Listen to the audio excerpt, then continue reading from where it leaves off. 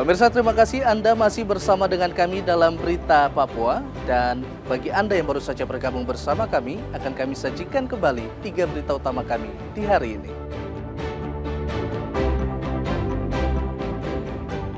Selundupan peluru 2 pemuda diringkus polisi di Pelabuhan Jayapura.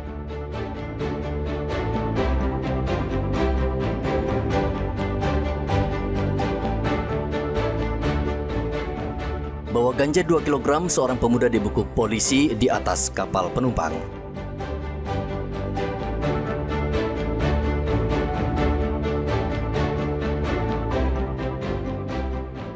Harga cabai di Merauke makin pedas, tembus Rp150.000 per kilogram.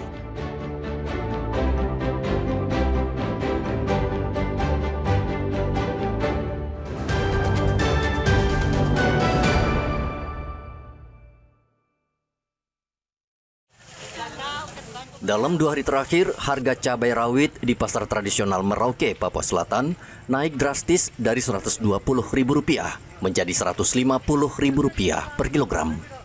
Cabai besar juga mengalami kenaikan dari Rp130.000 menjadi Rp150.000 per kilogram.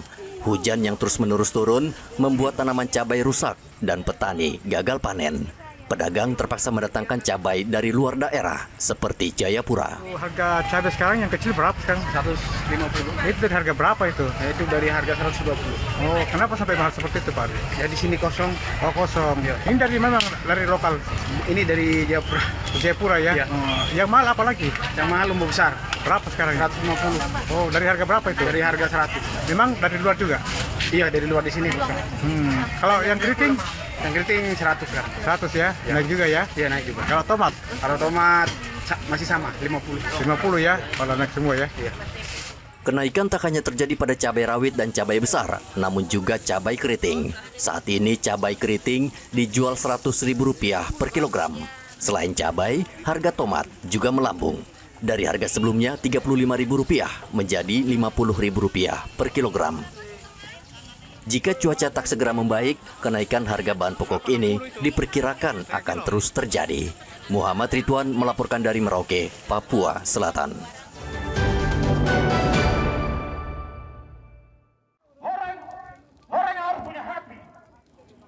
Ratusan orang asli Papua menggelar unjuk rasa di depan kantor Gubernur Provinsi Papua Selatan di Merauke.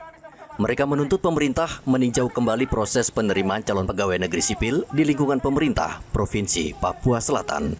Dalam aksi tersebut, massa membakar ban dengan tumpukan kayu tepat di depan pintu masuk kantor gubernur.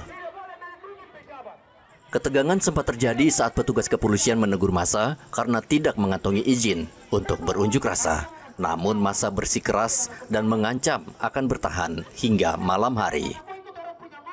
Usai berorasi, massa langsung membubarkan diri dengan tertib.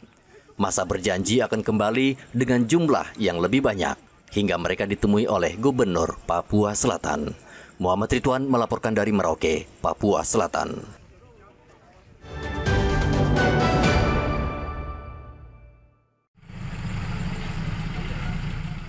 Polisi terus menggelar razia di sejumlah ruas jalan utama Kabupaten Merauke dalam Operasi Patuh 2025. Razia yang digelar pada hari Sabtu berhasil menjaring 70 pelanggar kasat mata. Pelanggar kasat mata diantaranya tidak menggunakan helm. Selain itu juga polisi menemukan kendaraan roda 4 bernomor polisi dari luar Papua. Kendaraan bodong ya, yang memasuki wilayah Merauke ini tanpa kelengkapan surat-surat kendaraan. Terus kendaraan curanmor, hasil dari curanmor, baik itu roda 2 maupun roda 4. Untuk sampai hari ke-6 ini banyak kendaraan luar yang kami berhasil jaring atau amankan. Rata-rata itu STNK maupun pajaknya sudah mati. Makanya kendaraannya kami amankan, menyarankan untuk segera mengurus di daerah asalnya. Operasi Patuh ini akan terus berlangsung hingga 27 Juli dengan fokus penegakan disiplin dan penurunan angka kecelakaan di wilayah Merauke. Muhammad Ridwan melaporkan dari Merauke, Papua Selatan.